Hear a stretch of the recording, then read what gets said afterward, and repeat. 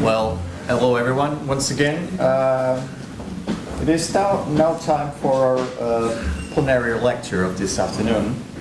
And it is my great pleasure to introduce Professor Peter Spufford for this end of the afternoon.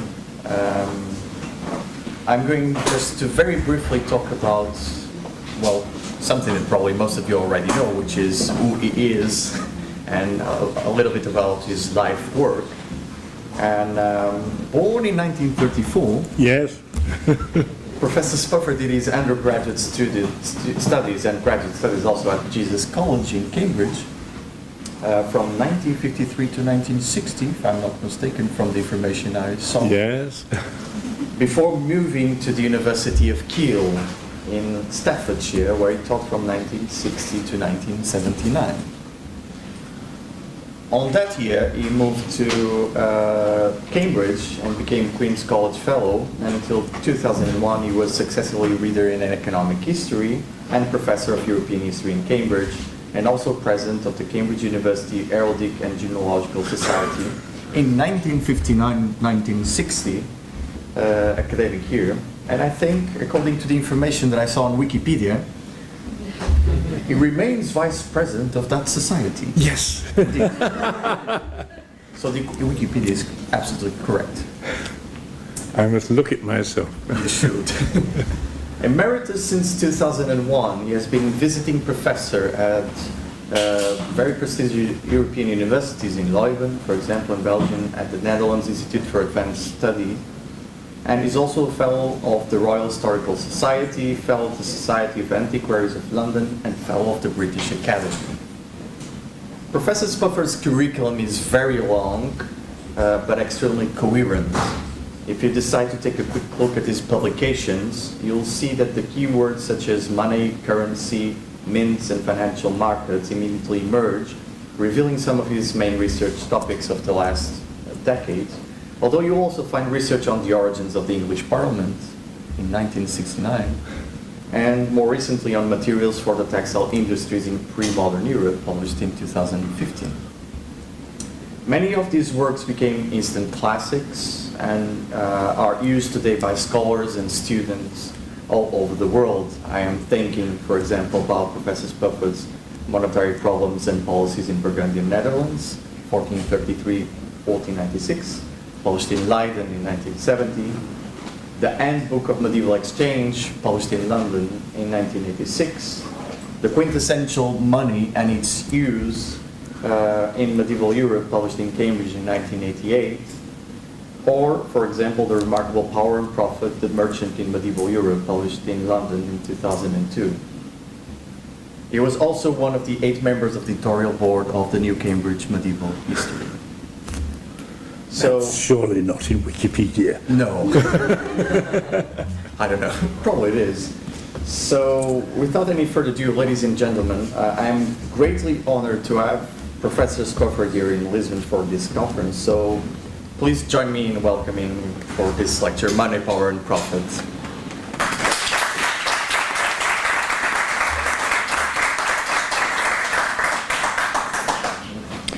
As you can see, I am now an old man, and I think it marvellous to be invited here by the 2 universities and for Flavio to have done the arrangements for me, and I am very grateful to be here.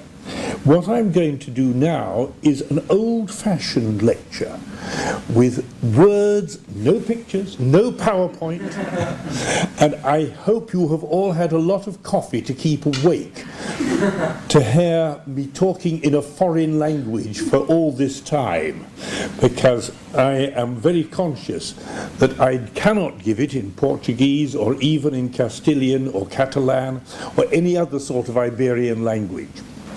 And I know there are other Iberian languages as well. Yes, to go back to what he has just said, as an undergraduate in Cambridge, I started the University Genealogical Society and then later on I merged the Genealogical Society with the Heraldic Society and created the University Heraldic and Genealogical Society, and they made me a perpetual vice president of it. But that is just on the side. I do other things on the side as well, but that is was very surprising to hear. I was hooked on coins as a schoolboy and started the Bath and Bristol Numismatic Society, and I was secretary of that, and then as an undergraduate they used me as the editor of the yearbook for the British gathering of numismatic societies throughout the country.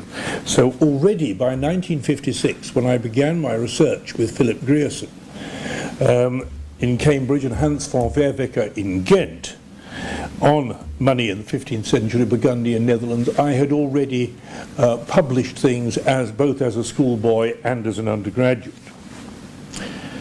But whilst in Belgium, to do research in the archives there for that PhD, and my PhD took forever because I did other things on the side, I met Emile Loos, who was then a professor at the undivided University of Louvain-Leuven. He was a charismatic scholar. His key book, L'Ancien Régime, was about the representative institutions of medieval Europe. He was the president of the International Commission on the History of Representative and Parliamentary Institutions, and persuaded me that this was much more interesting than money. So I wrote first on the interest of representative institutions in the Netherlands, on coinage, as sideways from my thesis, and then I wrote on representative institutions in Europe, in their interests in coinage. And I gave a paper on that at the International Historical Congress in Vienna in 1965. When I gave that lecture, two men popped up at the end and said, "I nearly gave that lecture." One of them was Stanislav Rusocki from Warsaw, and the other was Tom Bisson, who was then at Berkeley.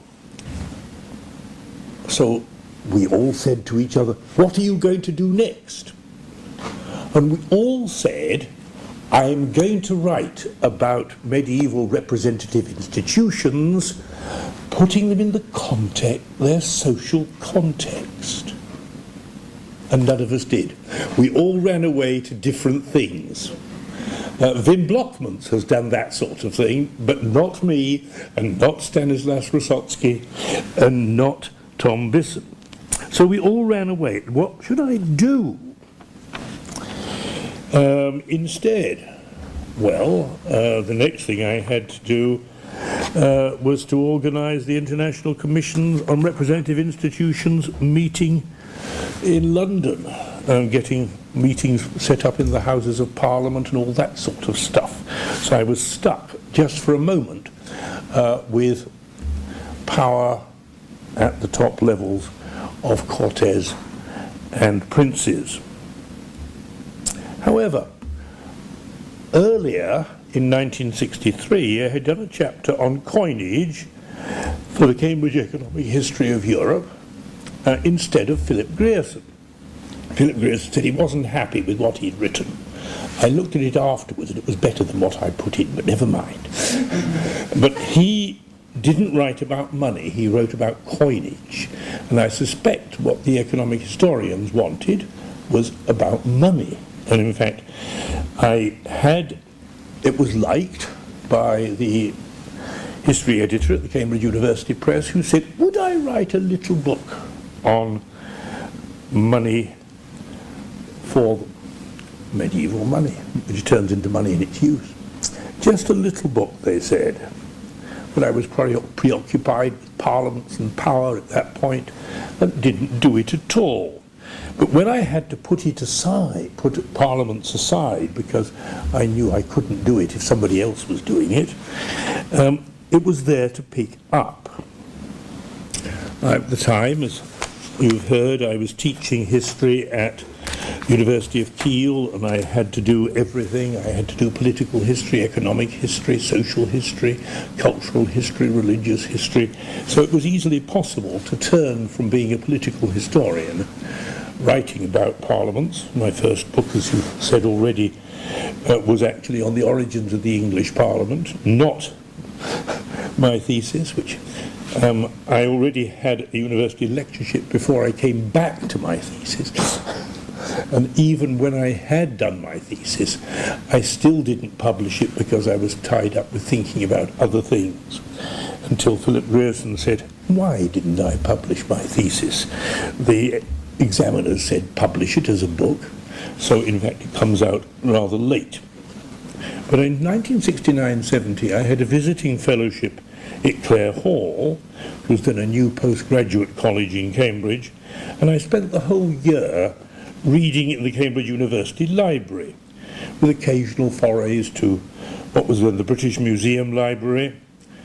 And it was clear that the CUP's idea of a small book was a nonsense.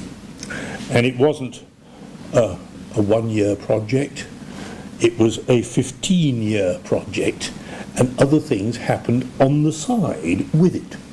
So, for example, when Michael Poston asked me to do the original chapter for the Cambridge Economic History, he said, could I put in a little appendix with the principal exchange rates of medieval Europe?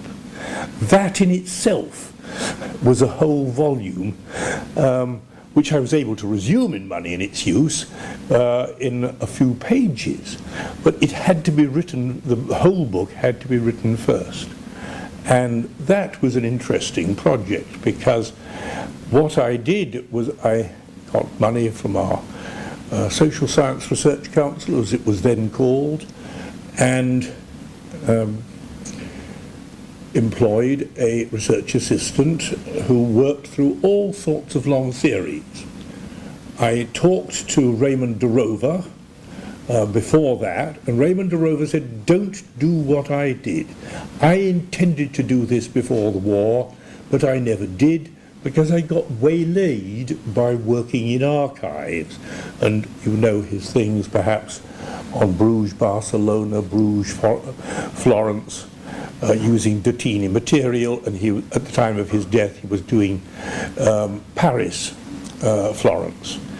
But that never happened. So he said, don't do that. Concentrate on what has been put into print. So I had a research assistant who, with me, trawled through all the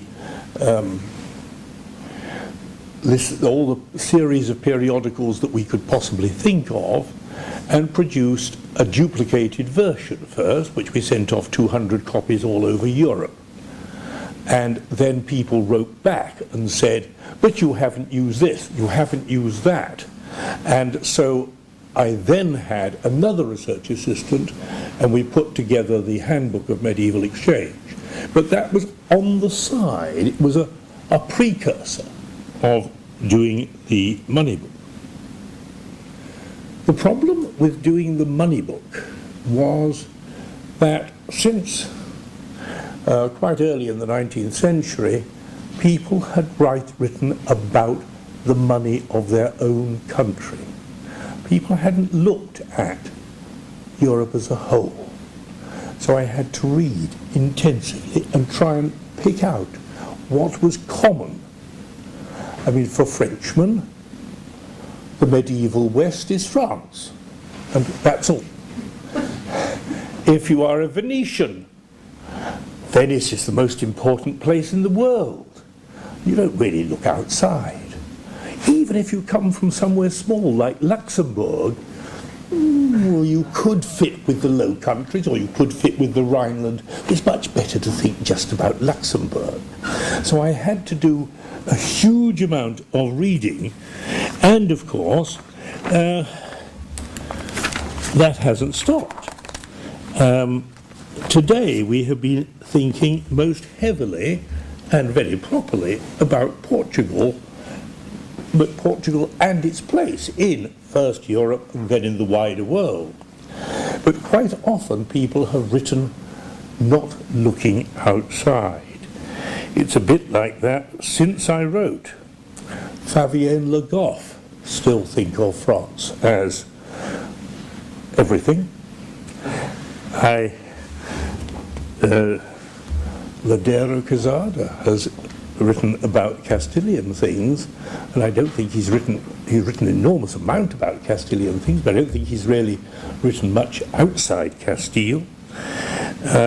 Cecilia von Heine on Sweden, Gulbeck on Norway, Goldthwaite on Florence, who's been quoted already today, Muller on Venice.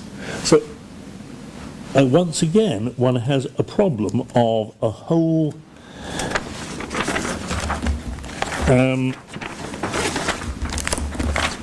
putting it together.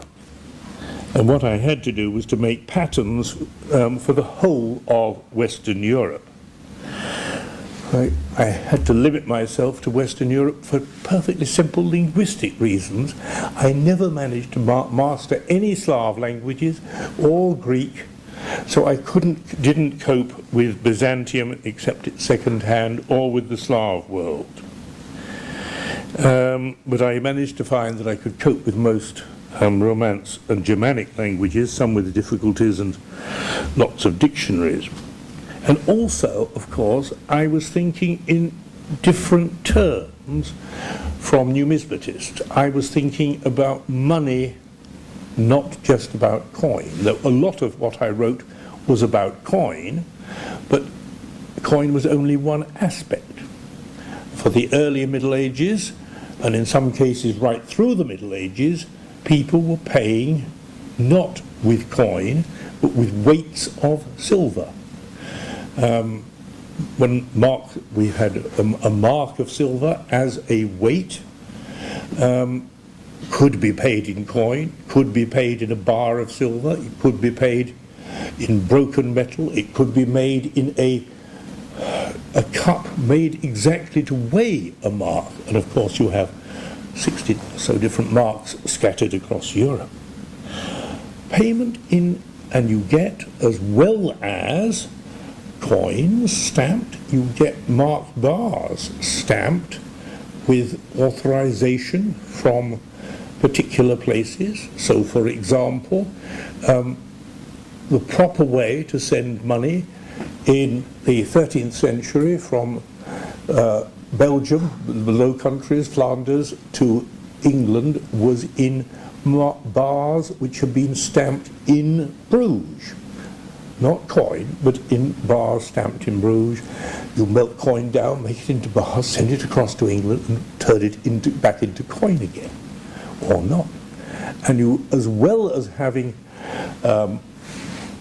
bars of a mark, you obviously in Eastern Europe you have things which weigh a ruble or a grivna, or somi, which go right on to the end of the Middle Ages. But for most of the Middle Ages, that sort of payment, which is so useful for buying land or for buying rights to land or for large purchases, is replaced with gold. And then, of course, at the last centuries of the Middle Ages, one has both the banking at a local level with money changer bankers whom we take for granted for the later Middle Ages, though I haven't heard anybody talk about what there was in the way of money changers here in Portugal, though I imagine people will know about that, but though I don't happen to know about it myself. And there are some countries like England which did not have money changers who were able to turn into bankers because the state did the money changing, and did not allow anybody. But in other places you had enfiefed money changers, sometimes money changers tied to mints, sometimes licensed money changers, heavily regulated, sometimes very lightly regulated. And you had this sort of thing being enormously important for coinless payments. Coinless payments become more and more important, and by the end of the Middle Ages, in the principal cities of Europe, much is made without any coin except at the end point. And as well as the money changers, you also have the merchants, and it is merchants who run bills of exchange. There's no specialist in bills of exchange. It is, they are still merchants, and that sort of use of the word merchant for people who run bills of exchange really runs right on into the 18th century without any specialists. So again, and you also have tying in at the end of the Middle Ages people who ran a local bank, and you paid in your bill of exchange to the local bank, and you didn't actually use coin. So we have a Bicamilio, for example, something like 7% of the money is turned into cash. All the rest, another 93%, is just changed when it arrives into accounts in the local banks. So this extraordinary difference, so that is, the money market multiplies coin.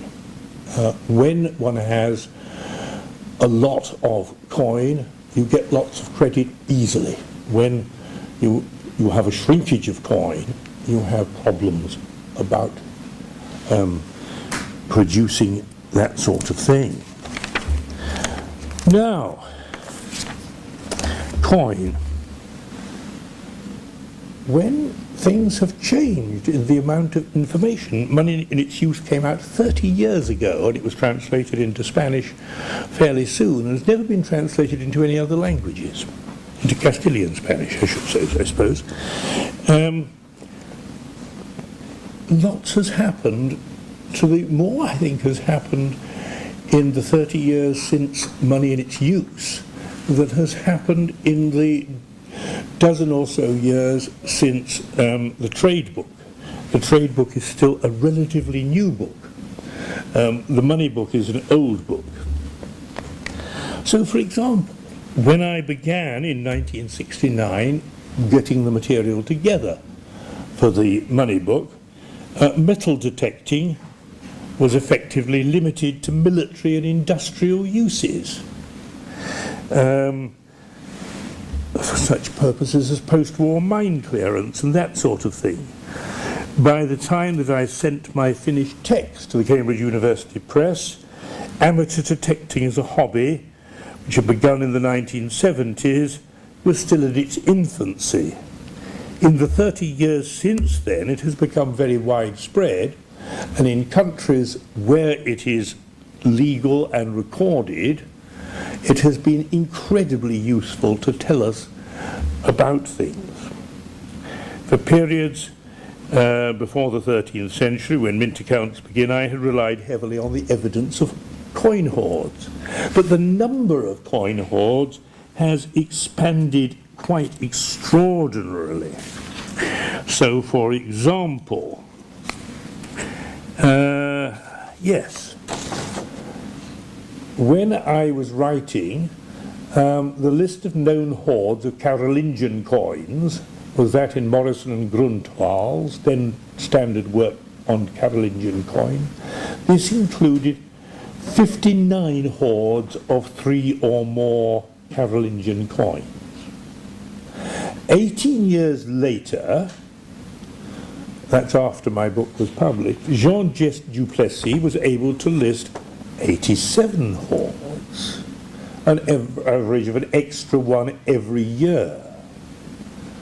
26 years later, Simon Coupland listed 208 80 hordes, an average of over 2 extra hordes a year from France alone.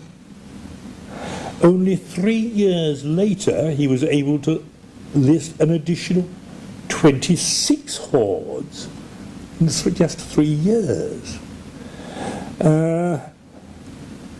4 months ago, he wrote, incidentally, to show you the speed of fines coming in, I published a supplement to the horde list last year, an additional hordes from 3 years' research, but now already have another 23 hordes to add after just 1 year. In the last 4 years, as many new hordes have been found of Carolingian coins, as nearly as many as were altogether known when I wrote. And that is just one bit of it. If I have other examples, no, I'll forget other examples, but coins from Arab Spain in Provence, or coins in Bornholm, or, yes, hordes just multiply like anything. But as well as that, something else, single finds of coins. And most of the things that people turn up are what I've got in my pocket. These are 3 coins from my own village, just one small village. I've got here a halfpenny of Edward I, a twopenny piece of Edward IV, and a yes, and also some penny of Queen Elizabeth from one small village. And that is happening everywhere. And these I are on my way to take into the Fitzwilliam Museum, where they will be put in a database. And the same sort of thing is happening in Scandinavia, in the Netherlands, in Germany, everywhere where it is legal, and even in Belgium, where it is totally illegal. Local numismatic societies record these things without, as it were, letting people be open to persecution. And this gives us a different picture. Hordes are what people have deliberately concealed, and they generally tend to be good and better. Single coins are what people have lost. You find vast numbers fallen in marketplaces. You find the occasional gold coin. We know far more about circulation of gold in Western Europe now, just out of, that is pre-14th century, just out of what has been found. So that is something totally different. Metal detecting has totally changed our knowledge of the coin element of money. The other thing that has started to change the coin element of money is an idea of my old supervisor, Philip Grierson, which he had in the 1980s. He was then a man in his 70s, and he said, the standard work on medieval European coinage is now 100 years old. It's time to replace it. Yes, it will take about 13 volumes, he said. It's actually going to take about 15, 16 volumes. And we said, but you're in your 70s. Oh, he said, that's all right. My family live till their 90s. I have 20 years. That should be enough. During his lifetime, he did live to his 90s, during his lifetime 2 volumes came out, but he wrote part of all the others. And now a whole team of people are producing such volumes. Here in Iberia, Doctors Crucifont and Balaguer have produced one for the Iberian Peninsula, which gives one a totally different picture. They have settled to bring together all that has been published over the past century or so and make a coherent whole. And this is going to be a fantastic resource for people all over Europe when it is completed. At some point, when it is completed, because each of these things has something, quite a lot on the politics, because that was Philip Grierson's interest, so you have a political background to everything that happens, and a little bit of the economic background as well. But when that whole series is completed, somebody will be able to sit down and make a new money in its use with a much more solid base than what I did. Because even though I did the best I could, I was still being, to a certain extent, impressionistic, working across the whole of Europe, a little bit here, a little bit there, and not able to do it as coherently as medieval European coinage. Now, in my coinage part of my money and its use, I did quite a lot on where metal came from at various periods. And mining is obviously vitally important. Mining here, for example, there's not precious metal mining, or I don't know about any worthwhile precious metal mining in Portugal. There is some in Spain, but primarily it comes from other places. England is the same. We have little bits here and there, but nothing significant. So I made a chronology of the legacy of Rome, running down into gold triens, and then somewhere, we don't know where yet, in the late 7th century, early 8th century, there's a sudden burst of silver coin, the beginning of penny coinages throughout Western Europe, and we don't know where that silver comes from. Then we do know about the mines at Mel in Poitou, and we also know about Asiatic coin coming in exchange for slaves from Western Europe through Scandinavia into Western Europe. We know about mining in the Harz Mountains around Goslar, and we know that there's a lack of coin in the first half of the 12th century, and then a succession of silver mines being opened up in various parts of Europe in the 1160s, 70s, onwards to the 1250s. All these are silver mines, and if one wants gold, gold is coming in from West Africa, which we know quite a lot about, coming into Sicily, Iberian Peninsula, and to a certain extent East African gold coming into Egypt, which I didn't talk about in my money book, but I should have done. East African gold, which is really Indian Ocean gold. Some comes up to Egypt, and from Egypt to Venice at one particular point in time.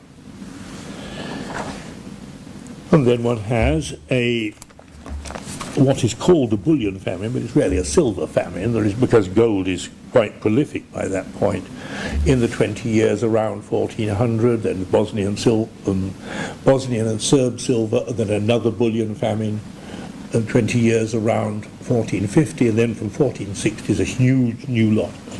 So I was able to make a time span for the quantity of coin, because there is a perpetual imbalance of trade outwards from Europe, which carries out silver or gold, whatever is available, either through the Mediterranean or through the Baltic.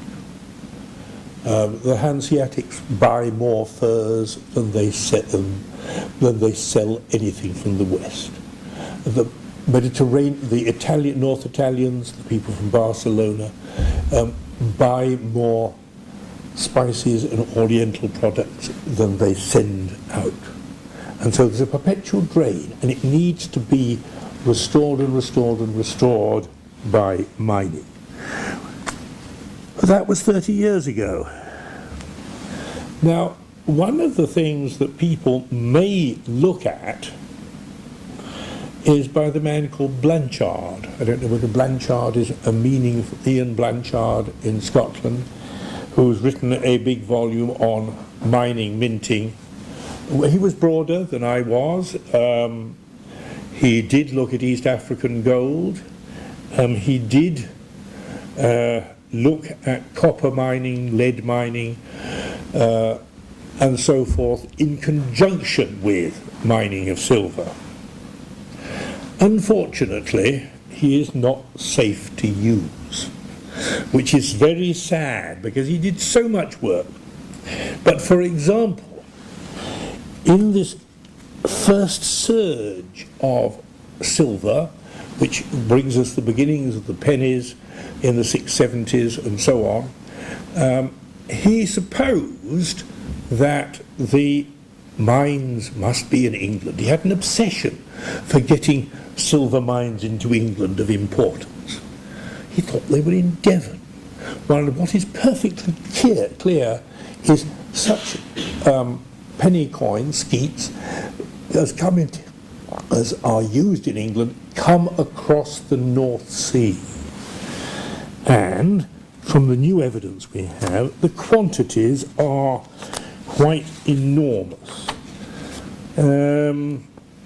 Yes, so for example, Michael Metcalfe, writing recently in the Dutch numismatic publication, have shown that between 695 and 720 in Friesland, in the far north, the present Netherlands, some 20 million pennies were produced in those years, and another 10 million in the region at the right mouths of the Meuse and the Rhine. And the following 20 years, they were guessing that some 7 million more were minted in Friesland, and some 30 million in the mouths of the great rivers. In other words, they're saying that something like 70 million pennies were minted in that area alone. They don't know where it came from. They also believe there is somewhere, and they were suggesting that it is somewhere up the Rhine or the Meuse, because there is at the same time a huge increase in Frankish coins as well.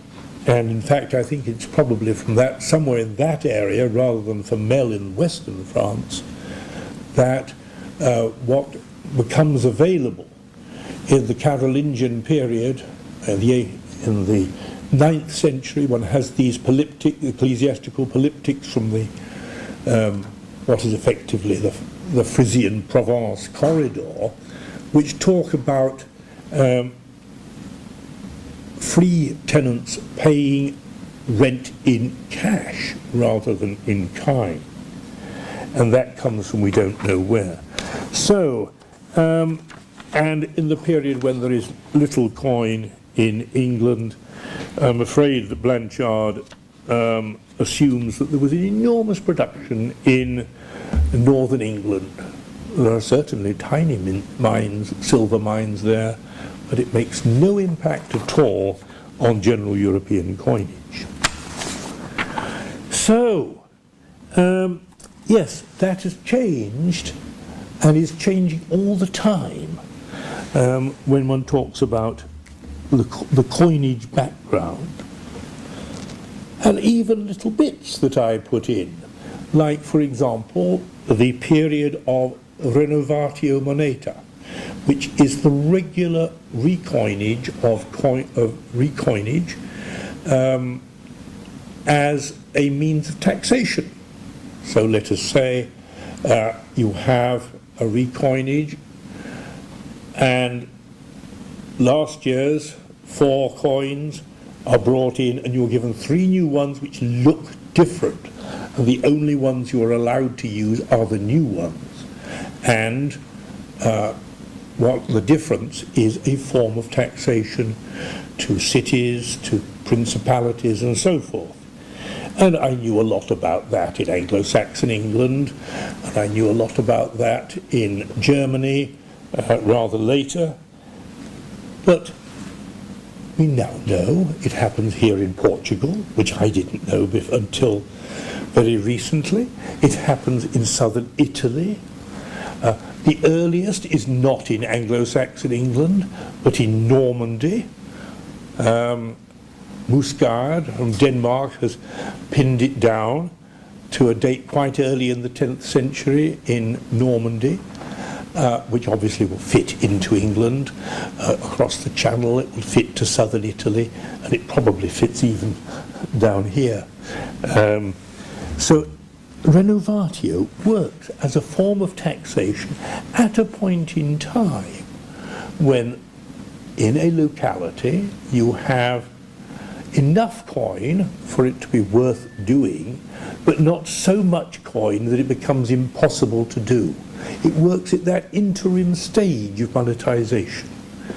If you have a lot of coin, you can't bring it all in, because if you bring it in every 6 or 7 years, it is jolly effective and it brings it all in. If you try and be greedy as a ruler and do it every few months, every 6 months, it doesn't work. Is one of the things that's quite clear. And one of the things that comes out of that is that when you are doing this, you have a coherent money supply for that limited area. You don't use foreign coin at that moment of a recoinage. Then of course it seeps in from one area to another. So what is normal later, because after a point people are fed up with this form of taxation and they like something instead, a monetagium they would call it in Normandy, for example. And many of these are in fact hearth taxes. They are a different form of direct taxation. So that is something different, and that works particularly with more money about. More money about.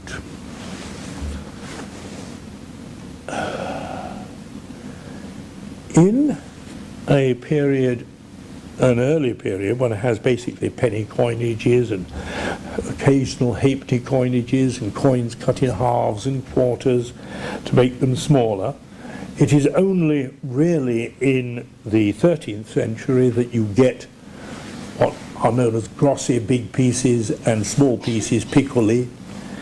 And it is in the late Middle Ages you have a question of who has money. At the top level, strangely, you have large quantities of money in the hands of noblemen who don't, but also noblemen and great ecclesiastics are both the biggest hoarders of money, but also the biggest debtors. They're both, if they manage things well, they are very well off. Then you have your people who are money changers, who have to have a stock of money, and if they act as bankers for other people, they have their money in there, or a proportion of it. A proportion of it. 13th century regulations in Venice say something like 10% has to be kept all the time. They also say you can have money on a deposit account or on a current account. Current account you don't get any interest on. Your deposit account in Venice, you have to have it on deposit for 2 years at a go, because the banker is going to put the money into a trade voyage from Venice to the Middle East, around to Flanders and back again before. So in other words, you need a 2-year run to make it work. So money changer bankers. Then the people in the middle. No, not the people in the middle. the urban proletariat, if you can call them that, that's a very wicked word to use, the urban inhabitants who are using money all the time. They are the people who have a lot of money. But what they have is small money. And one is aware of Piccoli, or whatever one likes to call this small money, turning into more black money and eventually actually real copper. So, 30 years ago, I wrote that official copper coinage returned to Western Europe in 1472, with the Cavalli minted in Naples, followed by the Bagatini next year in Venice. I expressed my surprise it hadn't happened in the mid-15th century silver coinage, although I pointed out the Venetians had discussed the possibility during the silver famine in 1463. However, in Scotland, the copper coinage of the 1460s was then thought of as made by Bishop Kennedy. Now we know it is Scottish royal coinage, so that takes it back another decade. During the Civil War, also 1462, John II of Aragon gave 13 cities in Catalonia the right to mint dinar for their local circulation. These were made of pure copper. However, go back a generation earlier. Jürgenstein Jensen has pointed out that King Eric VII of Denmark minted copper sterlings around 1422. Here in Portugal, the pure copper real preto was being minted by King John I of here from 1422 onwards, having previously produced a real branco, which was so black it had 1 grain fine, 1/288th part of silver. So, 30 years ago, I said that black money struck in the Eastern Low Countries was pretty awful, but we now know that the bishops of Liège minted in pure copper, going back to the dreadful John of Bavaria at the beginning of the 15th century. Bishop elect from 1389 to 1418. He was a dreadful man, but that's by the way. But it's very recent that somebody of pure copper with little bits of zinc and lead and tin, but no silver at all, and then he thought he would analyse some ones further back, and the ones he could get hold of took him back to John of Bavaria. So at the moment, we think that copper coin begins in the West sometime in the first years of the 15th century under John of Bavaria in Liège. But tomorrow we may be able to push it further back. This is something which is changing all the time. Copper coin, which is strangely other. Now, an idea which is new, and as I think not much in print yet, is Jan Lucassen,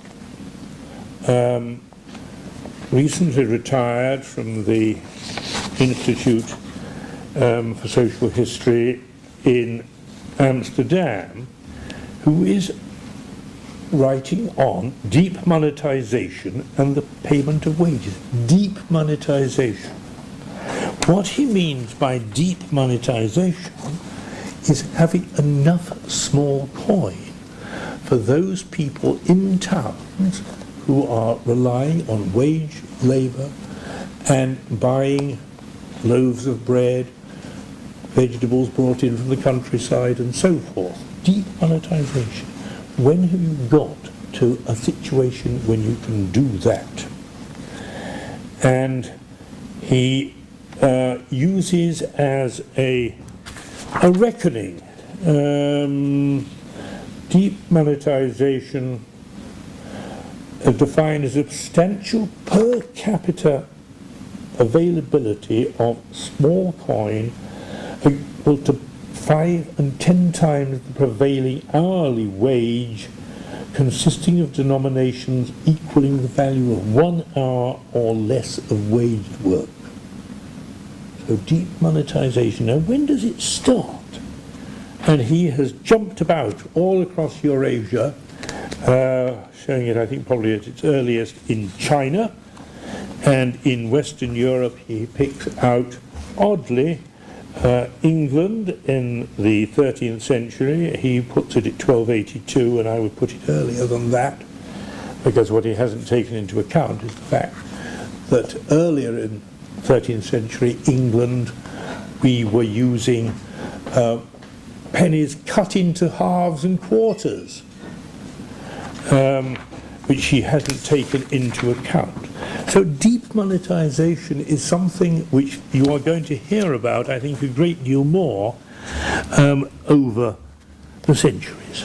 Now, money supply. I've talked about mines, I've talked a little bit about trade running outside. I'm not going to talk about mints, which was another ancillary thing that I had to do. One of the things that I used to give an impressionistic feel of what was happening, what was used where, and so forth, are merchants' notebooks. And you are probably conscious of things like Pegolotti's notebook or the Dardanelles notebook, which are easily available.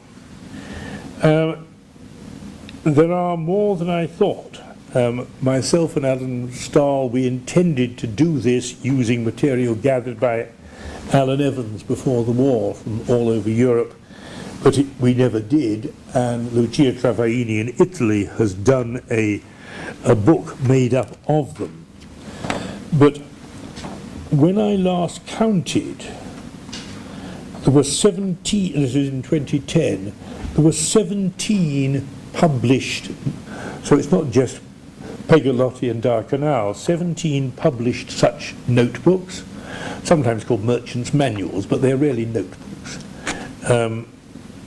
And 11 not then published. I don't know whether any have been published in the last 6 years. But the ones that I then knew about are mostly Italian, but not entirely.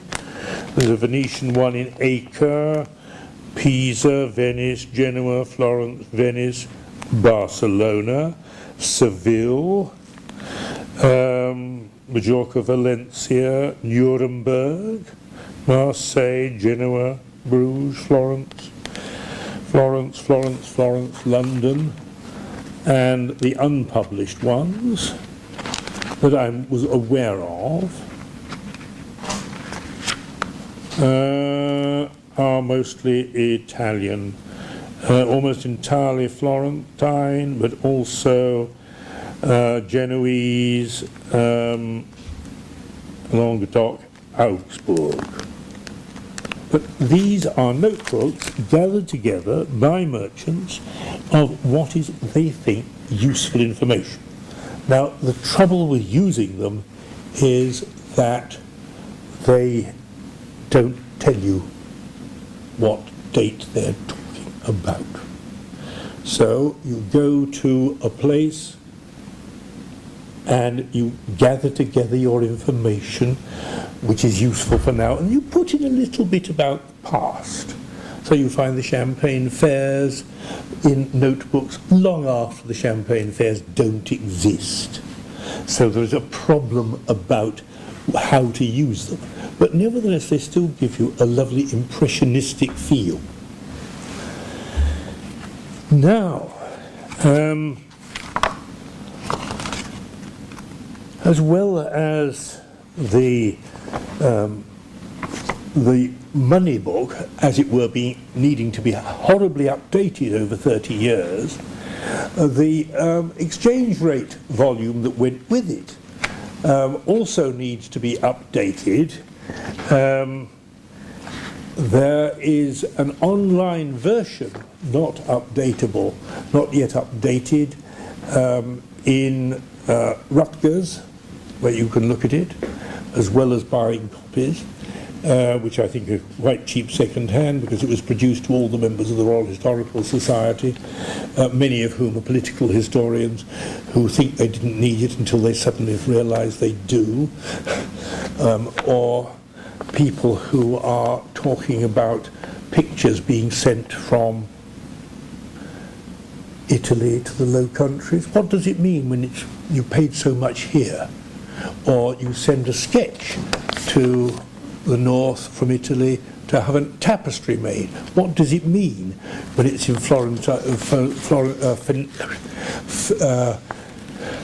Flemish money if it's going to be used in Italy?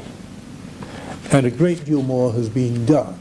The man Marcus Denzel has done a handbook of world exchange rates, which is really post what I did. There is a great gap, really, for much of the 16th century, though some of that has been done by Oliver Folkert, and I would love to have the time, the money from a big grant to do a new edition of that exchange rate book, because that is out of date.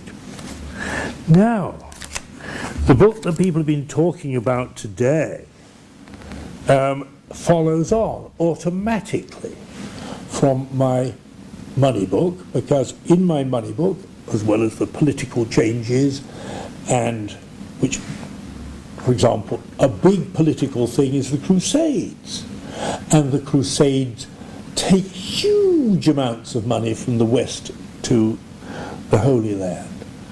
People talk about the advantages of the Crusades, but the advantages are negligible compared with the amount of money that went out of Europe for them. Most of my things are not about politics. Most of my things were about money moving about, either as paper or as bars or as coin, in trade terms. So the book you've been looking at heavily today was my response to what is the other side of that. And as I have noticed today, people have picked up on the demand side of it, the emphasis that I put on capital and court, and I was delighted the Empire of Things, Richard Goldsmith's way of talking about it. I was delighted to notice that Flavio talked about Alfonso III having a permanent court in Lisbon.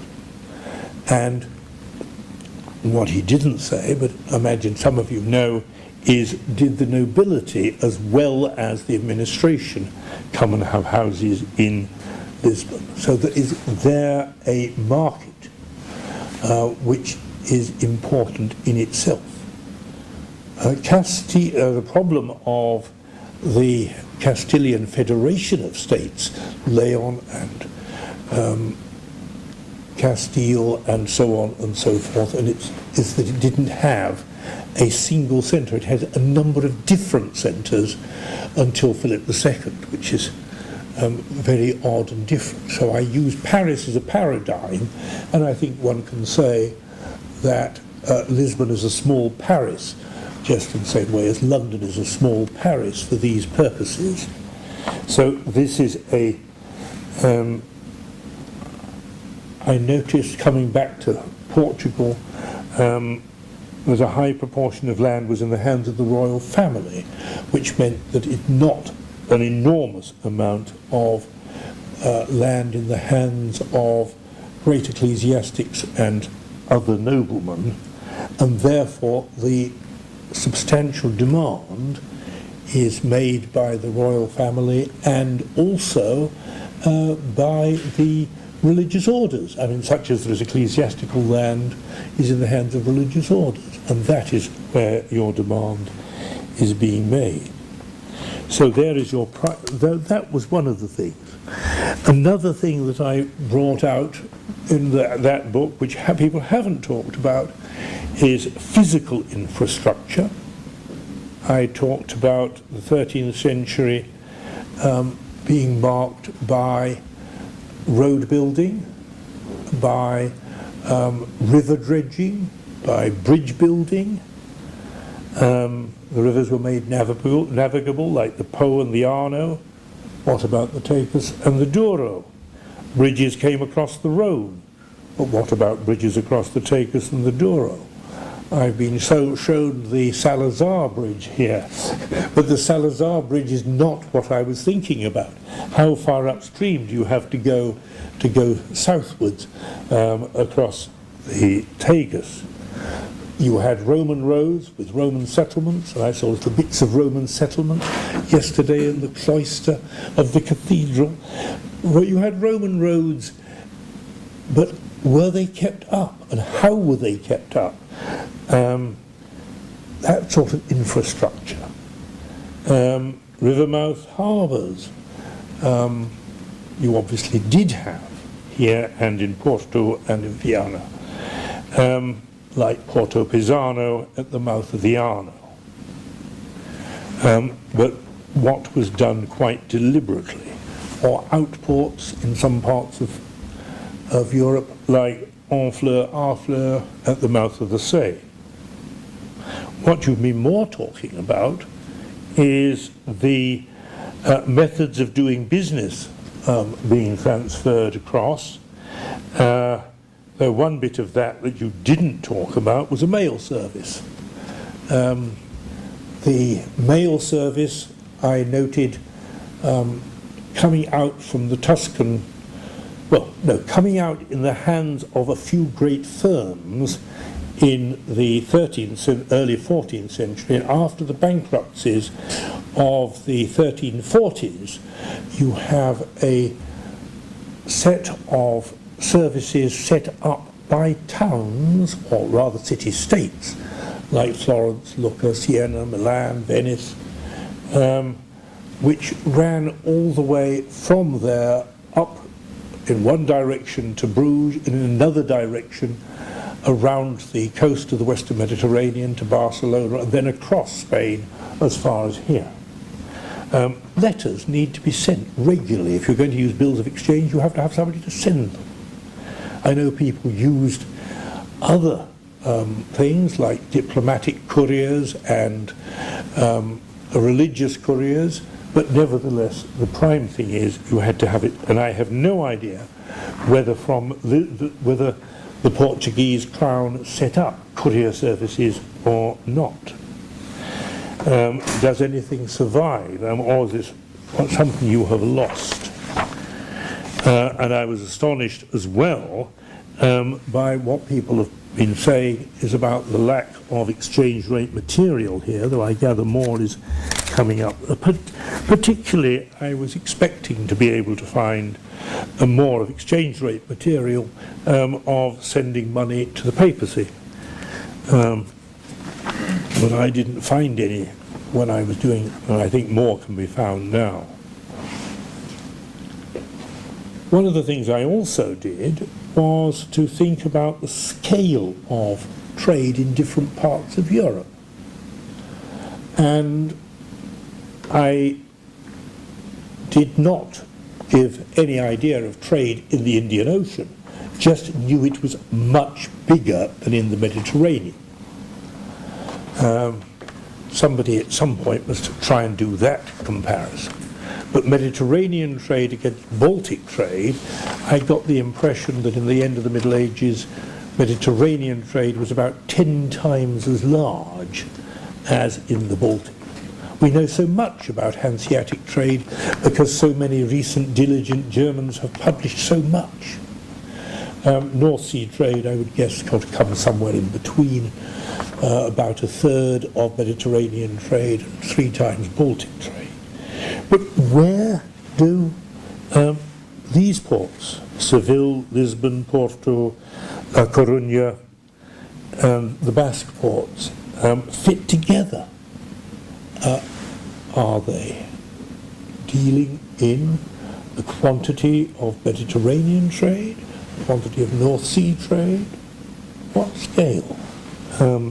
Is a question that I was asking myself when I was listening to what people were talking about. I also heard, of course, when one's talking about trade, about re-export. I was astonished and delighted to hear about Irish hides being sent to Italy by way of Lisbon along with Portuguese hides. And one has lots of that sort of thing. So, for example, Bruges is the main centre of the fur trade, which is brought by Hanseatics from the Baltic and then redistributed. It's re-exporting. And I suppose things like Baltic grain coming to Bruges, Antwerp, and then being re-exported to here. And I was delighted to hear about the Bretons being involved in the grain trade. I knew about then what periodization do we have for where trade was? When I was first looking, I looked at a triangle of land trade, which was so important in the immediate point of the commercial revolution of the long 13th century, between northern Italy, attached to the Levant by water, and the mining areas of Central Europe and the Low Countries. And then one has the move to going around here to get there by sea. And then one has the problem of piracy in the Mediterranean and the breakdown of sea trade there, but its survival here, and the return to land trade. The land route from Venice to Antwerp revives in an extraordinary way. And one has, over time, changes, and we know, I think, much more from all these little detailed studies about it. And we heard today about piracy in the English Channel, not merely piracy in the Mediterranean. And that obviously makes people feel more comfortable with trading by land. And so, for example, the Fuggers don't necessarily use shipping to get from South Germany into Spain. They go overland, just as they do to Venice and Amsterdam. And what I'm looking at now is financial centres, because that follows on from asking myself about trade. I'm looking at places where people come from and where they go to. Brodel just put all financial centres into one packet. I don't think he's right. I think that financial centres are of different sorts. If one thinks in the 21st century, as we are now, I'm a 20th century man, one has London as a key world financial centre, but if one looks at London, the people who work there are not British. They come from all over the world, lots of them American. And one can say, if one liked, that out of Chicago, New York, Boston, they are financial centres from which people come, and London is one to which people go. If I were trying to do the same early on, I would say that Florence and Genoa are places from which people come. Venice is a place to which people go. Venice enormously international. Now that's not saying that the Venetians don't go out by sea. They don't go out in any other way. The Fondaco dei Tedeschi, as it were, has a monopoly of what goes north by land. The Venetians don't do that. The Milanese go north, but the Venetians don't. Venice is a place to which people come. And I get the impression from what we've been hearing today that Lisbon is a place to which people come, like Seville, like Bruges. And what I know from what we've heard in the past and again today, Burgos is a place from which people come, not to which people go. I get the impression, I may be wrong, that there's hardly anybody except Burgaleses in Burgos who are doing all these things. I don't think they're outsiders, or if they are outsiders, they are Sephardic Jews who have been so long in the place that they are really count as natives. I think your Bernoulli are one of those family. So that is where I go next, if I live long enough and go on having energy. Now, I have in front of me some books about what is happening next. There's a volume just come out on marine insurance, which is obviously part of my financial centres. And I was asked to do a thing at the end of it.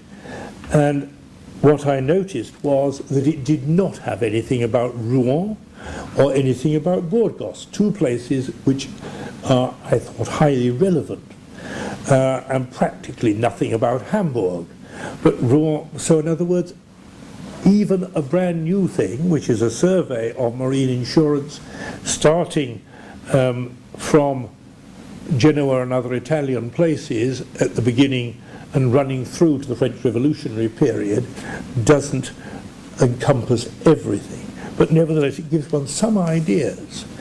And what it doesn't say is what I wanted to point out to them, because the chapter in there about the English in America, to say that the first insurance raid made in America was not in Philadelphia, but in Mexico, and in Bahia at almost the same time as in Philadelphia. So in fact, this is an Anglo-centric set of things, and in fact quite a lot of the people involved have worked in the City of London. Another thing which makes one think on a wider level is this book, edited, called Explaining Monetary and Financial Innovation, a historical analysis. And it runs from ancient Egypt to Mesopotamia up to the Eurobond. It is very poor on the Middle Ages. It jumps effectively from Rome to the Renaissance, and you may criticize it, but nevertheless it gives you a sudden look at different things. A lack of continuity of banking from Rome to the late Middle Ages, but nevertheless there are all sorts of precursors that are fun to look at. And more things new. For Northern Europe, a new book by Gaspar and Gulbeck, Money and the Church in Medieval Europe, 1000 to 1200. It's not medieval Europe, it's medieval Northern Europe. And another book, Money and Finance in Central Europe during the later Middle Ages, which is heavily focused on Bohemia, since it came out in Prague. But yes, we are in something where everything is changing, and I have been delighted here today to hear all sorts of things that I never heard before, which are new things happening. Thank you very much.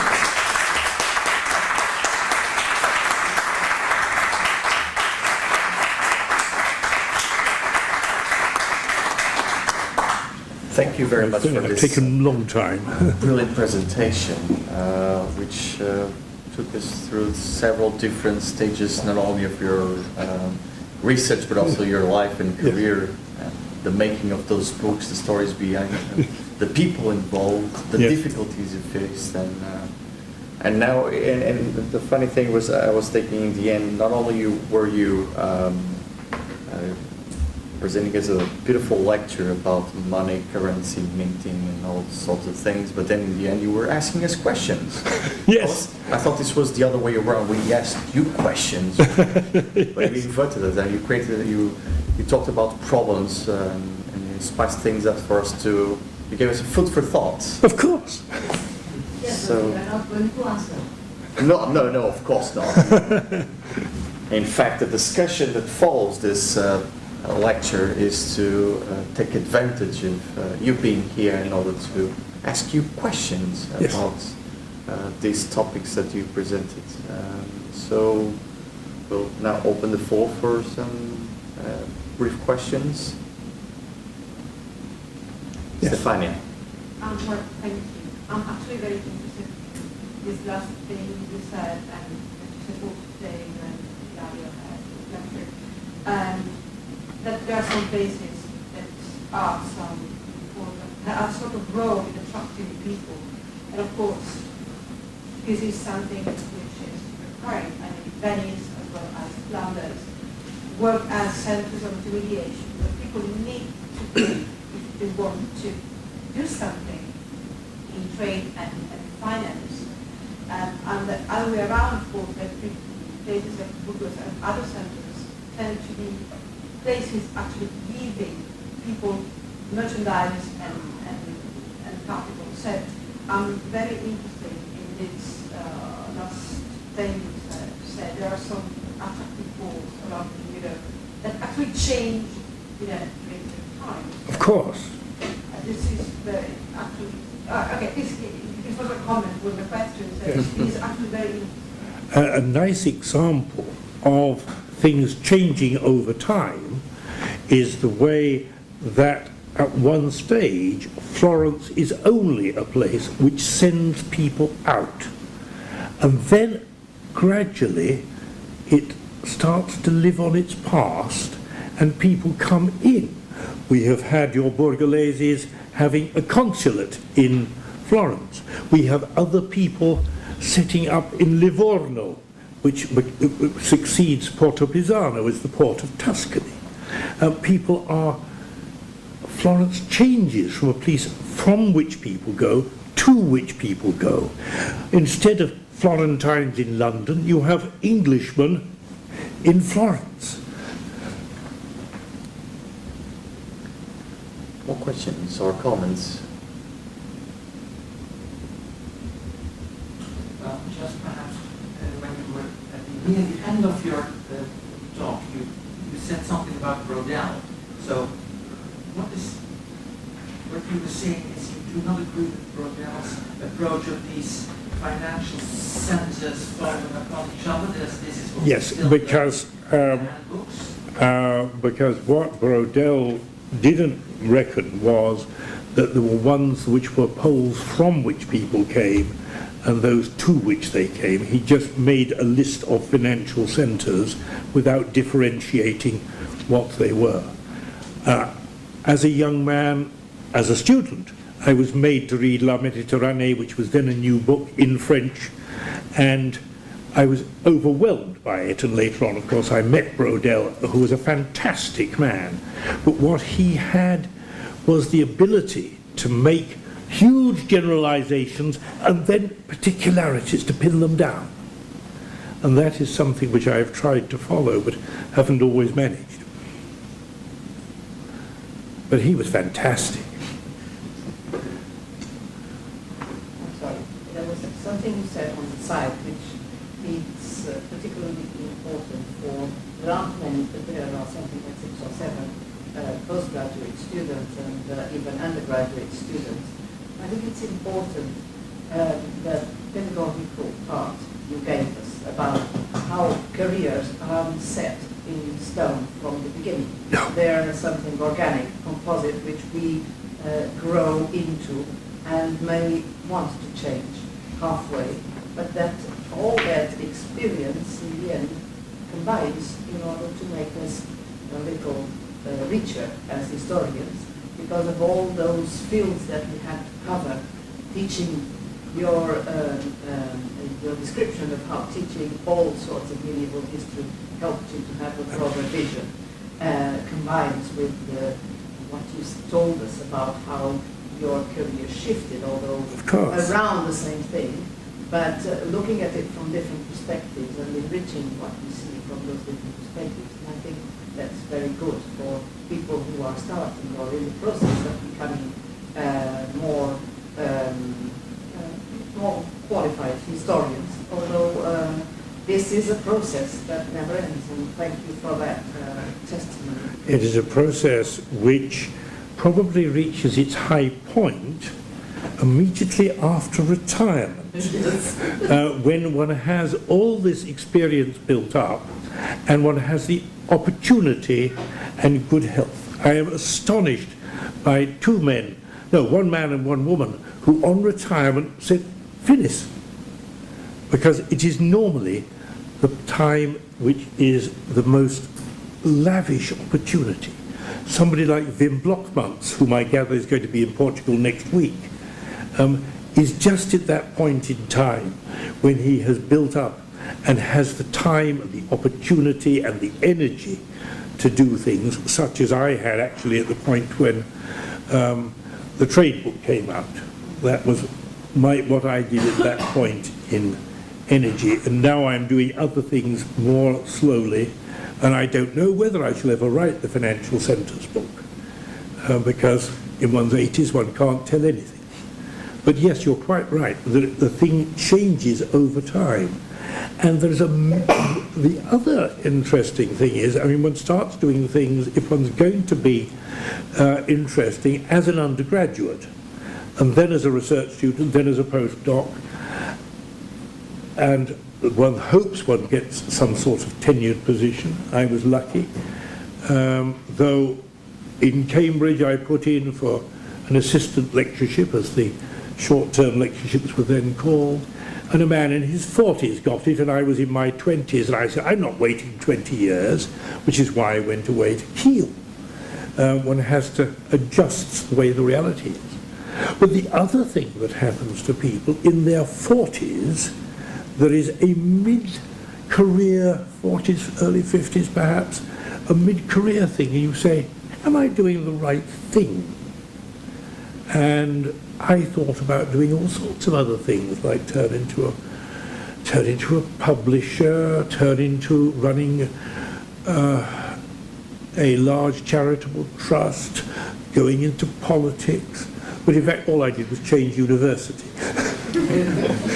But people, there is a point in the middle like that. So yes, there's a whole.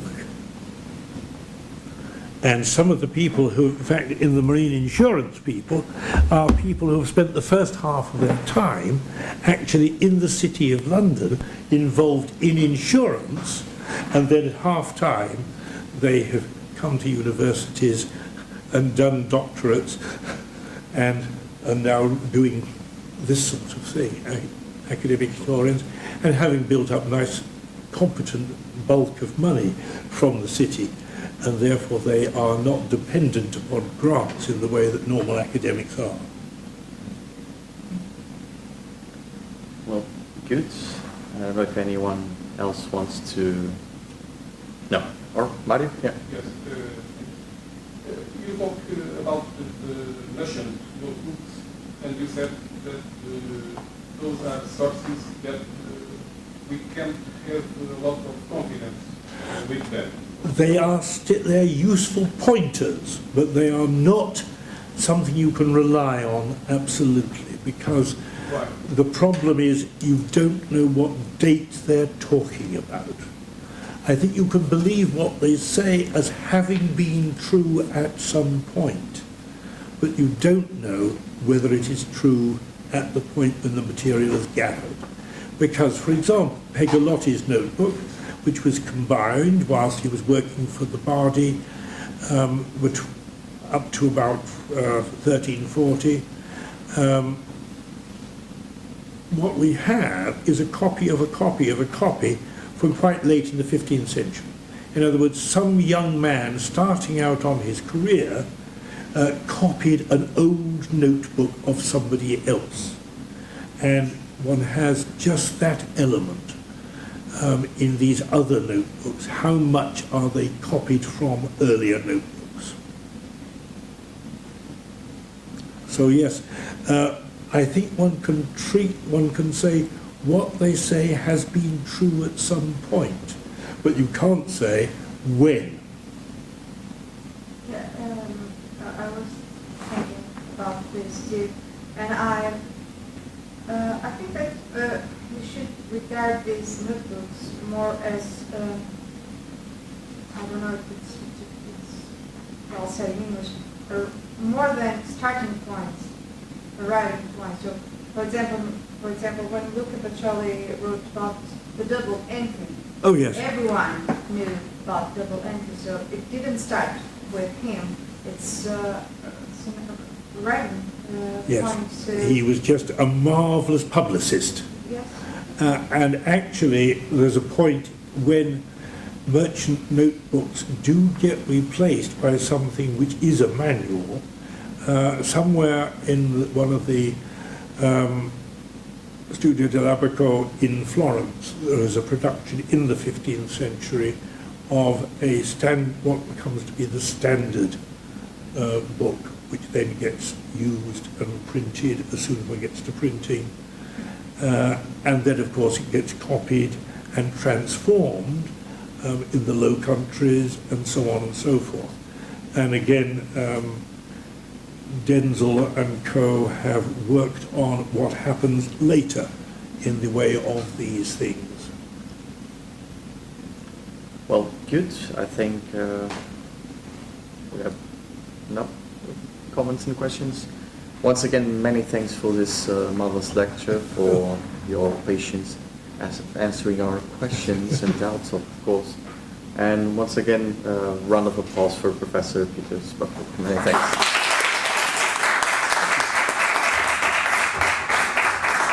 And you have just heard a 20th century lecture. I stood up and didn't use PowerPoint.